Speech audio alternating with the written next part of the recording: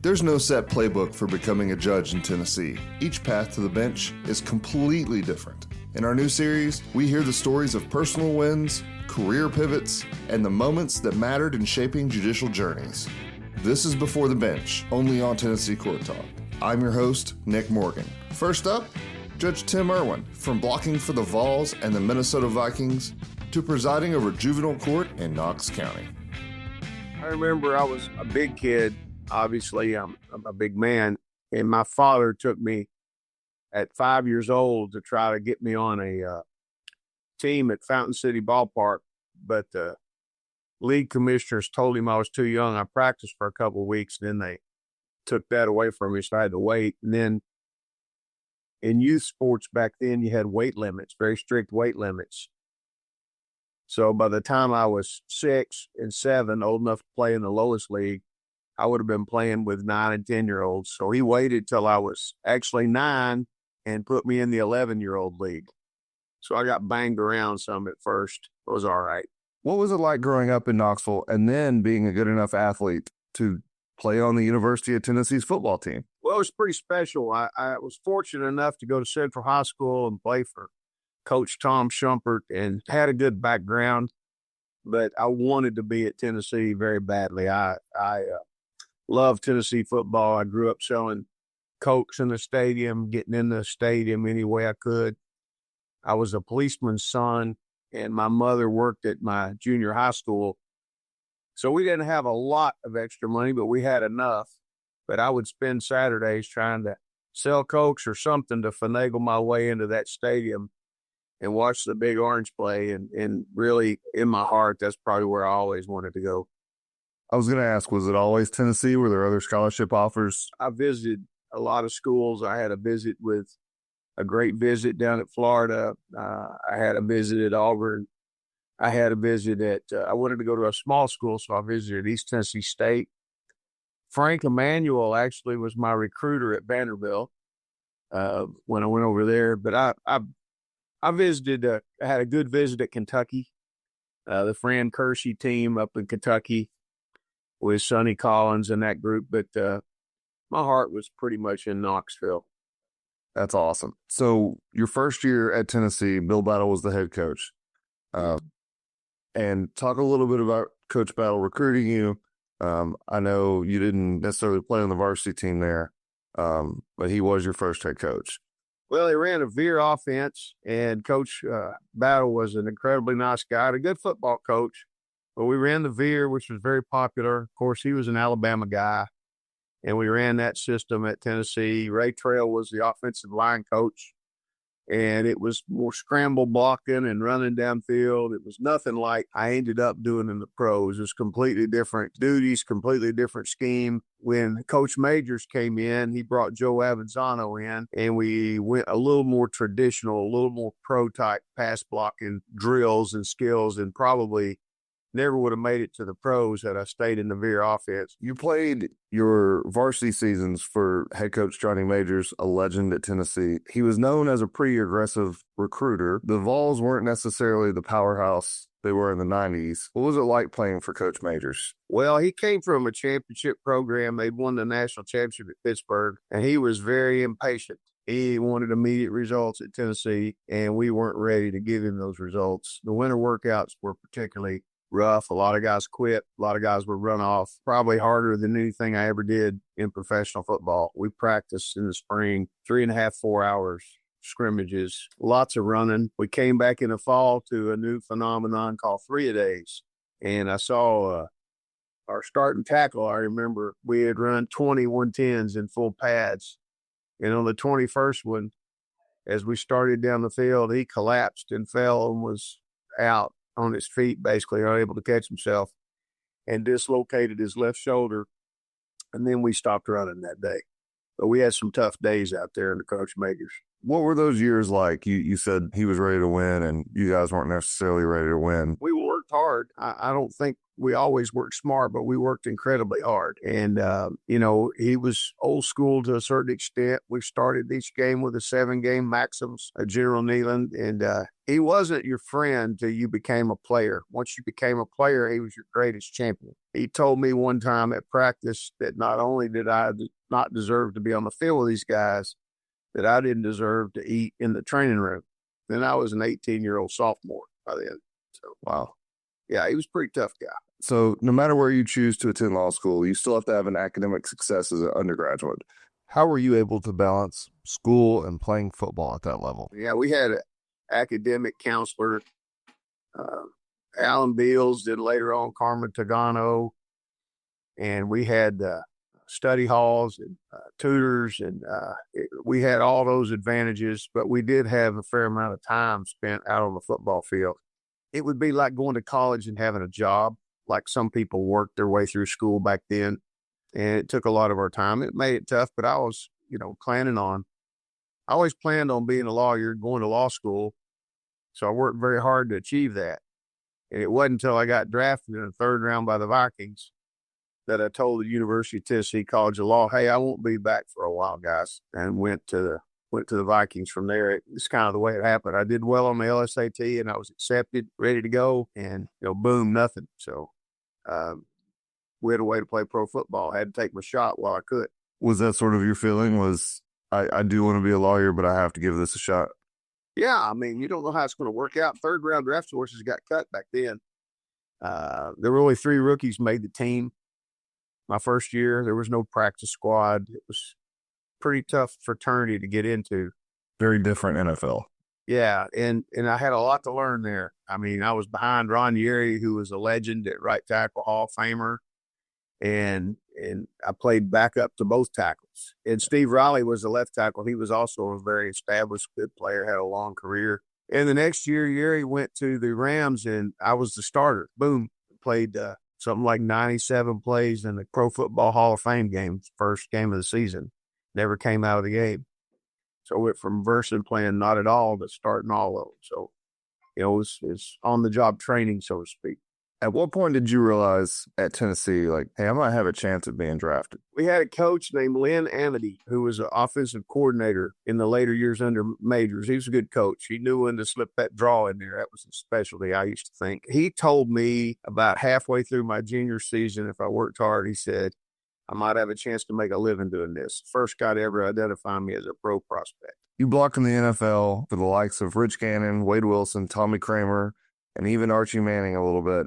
What made your style of play on the offensive line so effective? Well, I think my size and my strength far more than my mobility. I was pretty mobile for a big guy, though. I mean, I could run and trap and do some things.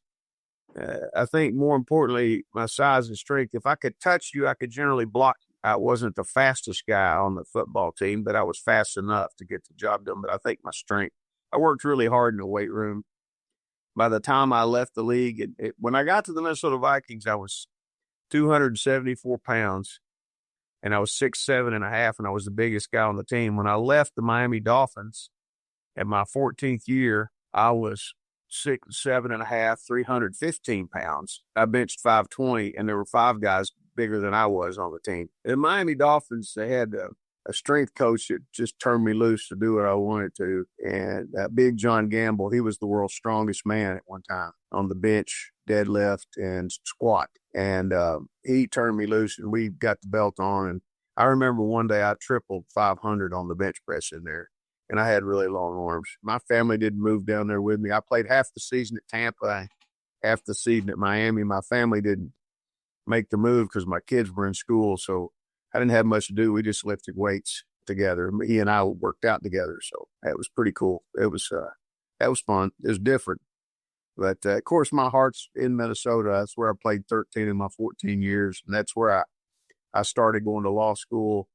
And I love the countryside up there. I love to hunt and fish. I like the people. I still go back quite often. Still feel like I'm home when I go back. So you retired from the NFL in the 1994 season, but as you mentioned, you had already been in law school. I started law school in the fall of 1990 at William Mitchell College of Law in St. Paul.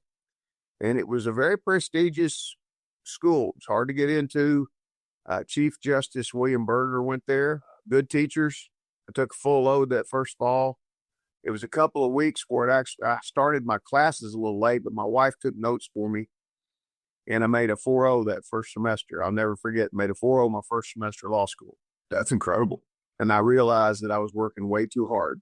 Did never do it again, but I did then. So, what were some of the challenges you faced playing in the NFL while going to law school? Here's the way it worked. First of all, this particular college had a night program for people that worked. So I was able to go and start class at 6:30 till about 9:30 at night, every night of the week. And it enabled my test score. You have to take the LSAT test to get accepted in a law school. Right. And my test score that I was accepted to school at Tennessee was about to expire. It had been 5 years. So I decided to go ahead and start. And it worked out. I took, first year I stayed up in Minnesota and took all my year-long stuff. The second year after football season, I went back to Tennessee in the off season and did that the next year, then transferred to Tennessee and finished.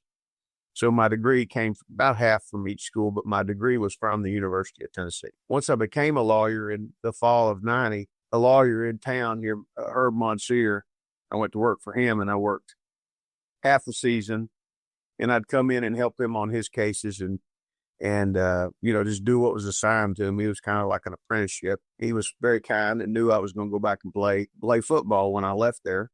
And I played as long as I could play. And my kids were getting to the age where I didn't want to move them around much anymore. And the Dolphins wanted me to come back and play again, but I kind of just I felt like it was a good time for me to step down. I want you to take me from graduating law school to where you sit now when you first got appointed to the bench. Well, I was able to ease into the practice of law. Like I said, I began working half the season at Herb Monsieur's. I also started representing other players with their contract issues. The NFL sent me a letter telling me not to be representing Green Bay's #1 draft choice while I was playing for the Vikings. They viewed that as a conflict. And I said, well, you guys are always after us to have another career after football, and this is what I got trained to do, and I'm doing it.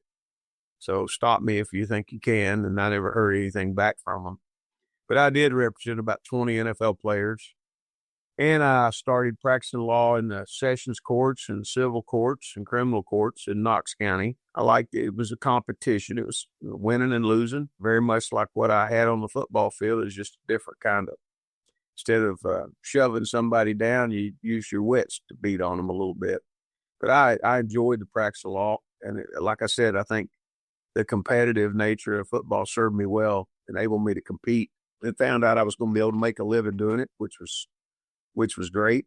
After the 94-95 playoff run with Miami became time to do that full time, I was eager to start a full-time law practice. And I changed firms mainly because the new firm offered me my own secretary, and I needed to get my work out a little faster than I was able to at my old place. I wasn't a typist myself. Lawyers back in those days were trained to dictate. Interesting.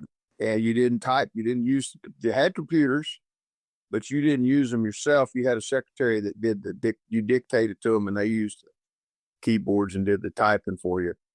And so it was a big advantage to me when the new law firm offered me. And I've been there about 6 months, and I hit a pretty big case. And next thing I know, they're saying, welcome to the firm partner. So I became a partner very quickly at McCord, Troutman, Irwin. 5 or 6 years down the road, they voted they were going to buy a building, and everybody's name was McCord but me and one other guy. And I didn't see a lot of future in that. They're good friends of mine, but I decided I would. I also had my eye on possibly being a judge at some point, and I didn't think I wanted to go into a lifelong venture, buying a big office building. Stepped out on my own. I was joined by Bo Reed, and practiced on my own for 5 years, and a third 5-year segment. And then the Judge Garrett passed away, and I ran for judge, and I had an opponent for about a month, and county commission appointed me over her. And then when the first election came, before the first election, the next year she dropped out, and I haven't had an opponent since. So I've been very fortunate in that regard, but I've had 3 elections since then, and this is my 20th year I'm about to enter into. I know you're a major advocate for the Girls and Boys Club. Can you elaborate on your experience and passion for helping families and children? Well, it's one of the places I learned to compete. My parents were, like I said, median income people. We had enough, but never any extra. They needed quality child care. Most Saturdays, if we didn't have a ball game, would find us at the Boys and Girls Club. Some days after school would find us there, and they would drop us off there knowing we were going to be safe, knowing we were going to have good, wholesome activities. We learned to swim there, definitely learned to play basketball there under Coach Elliott Stroop. My biggest claim to fame in sports was I was on the first Boys and Girls Club team to beat the Vine Street Hawks. And the Vine Street Hawks were legendary.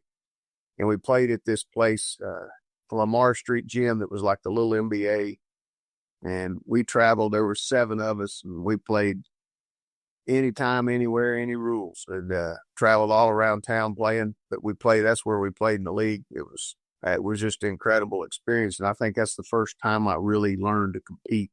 And I give that program a lot of credit for my later success and love basketball. Basketball was always my favorite sport as a kid. I have to ask, what was it like having an untraditional career and then a traditional career? 2 careers, almost simultaneous for a little while, and now you've been a judge for 20 years. It's almost like I had 3 careers. When I was practicing law, I was winning. I got some large judgments in civil cases. I had represented 20 NFL players that had made it. I was making money as an agent, but I was also winning DUIs. I was also winning smaller cases. Sometimes I felt good about what I'd done. Sometimes I didn't feel so good about what I'd done. And I kept thinking about juvenile court and how no matter what the outcome of the case, you're helping a kid down here.